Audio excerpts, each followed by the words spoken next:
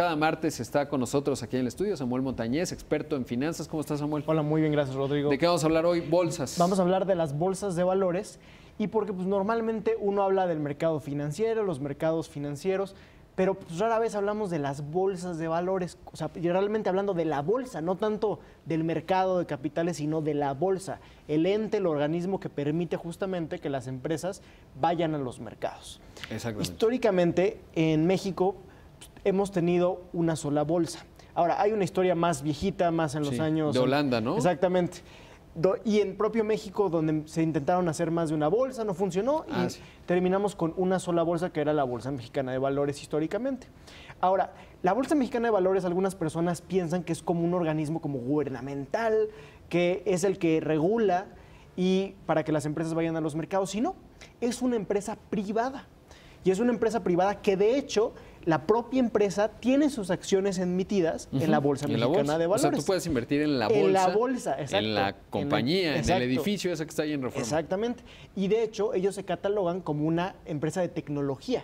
Sí. ¿Por qué? Porque realmente y actualmente desde hace ya muchos años ya no tenemos como en las películas pues, los teléfonos y los brokers que están en el piso y que dicen yo compro una y vendo uno. O sea, eso ya quedó atrás hace muchos años y realmente pues ese espacio está pues un poco más de historia que cualquier otra cosa y realmente ahí están las oficinas. Pero todo es un tema digital. Y si nos vamos a Estados Unidos es todavía peor porque ya hoy el 90% de todo el trading, de todas las transacciones de mercado en los mercados establecidos se hace a través de algoritmos o de robots, básicamente. Sí, ahí les recomiendo muchísimo si les interesa el tema para entender exactamente en dónde está hoy la Unión Americana y ya incluso por la rapidez con la que avanza e incluso puede estar un poquitito desactualizado.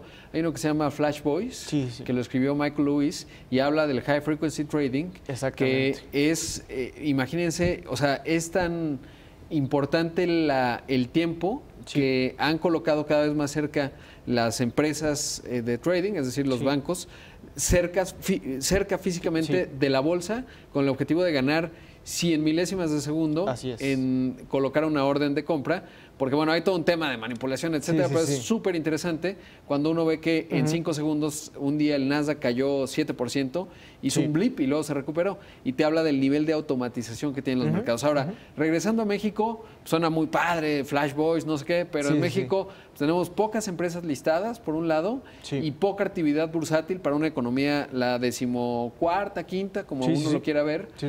Pues estamos relativamente rupestres en materia de mercados. Es correcto. Para el tamaño que tenemos. Sí, realmente en la Bolsa Mexicana de Valores, históricamente ahorita tenemos 150 empresas, si no me equivoco, y pues comparado, por ejemplo, con Estados Unidos, si contamos además las aplicaciones y demás, estamos cercanos a los 14, 15 mil. Sí, o Chile, ¿no? Para hablar de algo latinoamericano, Chile. Un país mucho más chiquito, de 20 y tantos millones de habitantes, tiene más o menos el mismo número de empresas listadas que México, ¿no? Y pues es una economía infinitamente más chica que la mexicana. Así es. Y el año pasado, a mediados de año, se abrió la segunda empresa que se dedica precisamente a dar estos servicios para que las empresas vayan a la bolsa, que fue Viva, la Bolsa Institucional de Valores, para competir con la Bolsa Mexicana de Valores. Y uno dice, pero si son tan poquitas, ¿como para qué necesitamos dos? Y realmente uno de los argumentos es que en el sentido en el que haya más competencia para que las empresas puedan ir a los mercados, el hecho de que siempre haya habido solo una empresa, solo una opción para ir a los mercados en México, sí hace que sea mucho más costoso ir a la bolsa en México que ir en Estados Unidos, por ejemplo, donde tenemos 3 bolsas grandes importantes, que es el Nasdaq, el American... Pero ¿sabes qué? Diría que tiene que ver con la cultura. He platicado con José Oriol Boch, el director de la bolsa. Y él lo que dice es que en realidad el tema en México tiene que ver con 2 asuntos. Uno, el mito de lo que te cuesta colocar, que en realidad no es mucho. Justo aquí entrevisté a Fibra Op, una fibra que colocó recientemente y no colocó mucho, unos 500 millones de pesos, digamos, para el mercado. Pero hay un universo interesante de empresas medianas que podrían cotizar. O sea, una empresa que vende 200, 300 millones de pesos al año, pues hoy está obteniendo créditos cuando requiere financiamiento y podría colocar y lo haría a una tasa mucho más barata. Pero hay por un lado, los mitos y en segundo lugar, que a los mexicanos no nos encanta la transparencia y gobernabilidad. Es decir, correcto. para que tú estés en la Bolsa Mexicana de Valores, tienes que tener un consejo de administración, tienes que reportar trimestre a trimestre. Sí. Justo ayer estaba revisando, por ejemplo, de Financiera Independencia y uno puede ver sus intestinos, ¿no? ¿Qué le ha pasado? ¿Hacia dónde va? ¿Cuál es la mezcla de su cartera? Etcétera. Sí. Y lo puedes ver de cualquier empresa pública. Sí. Y eso a México y a los empresarios mexicanos les cuesta mucho trabajo porque pues hay un tema patrimonialista de no encantar la institucionalización y de no enseñar, digamos, pues los intestinos de la compañía siendo pública. Y creo que tiene que ver también mucho con eso. Sí, sin duda alguna, en México un gran problema que ha habido justamente es que las empresas se ven siempre como un tema patrimonial y familiar. Sí. Un tema patrimonial como tu casa que quieres heredar a tu familia, y realmente en mercados más desarrollados, pues un negocio es un negocio, es casi como dinero.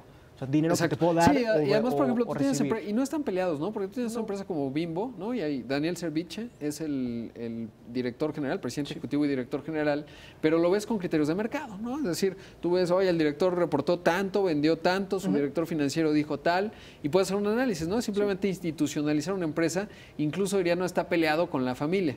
Claro, si tienes el típico hijo que no funciona mucho, pues sí, no puede tener tanta cabida en una empresa, ¿no? Pero para eso está el consejo de administración, lo puedes poner de consejero o de algún tema ahí de asesoría.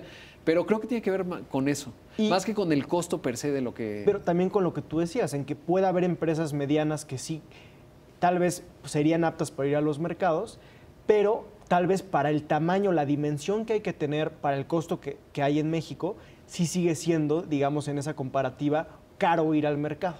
Y en Estados Unidos, realmente para el nivel de tamaño que hay y la competencia que hay 3 bolsas grandes, pero hay otras 10 o 12 plataformas que también compiten por esos servicios, entonces tenemos 15 jugadores. Sí, o sea, realmente se pulverizan. Alguien me decía que es interesante porque por un lado, y esto es todo un tema, los bancos, es decir, los grandes bancos, tienen pocos incentivos para hacerte que te vayas al mercado, es decir, para que seas una empresa pública, porque prefieren, y es más rentable, prestarte directo. Y yo creo que eso tiene mucho que ver, porque al final la bolsa puede buscar, pero si tu asesor de la banca te dice, oye, no, yo creo que te conviene más el tema, yo te doy un crédito.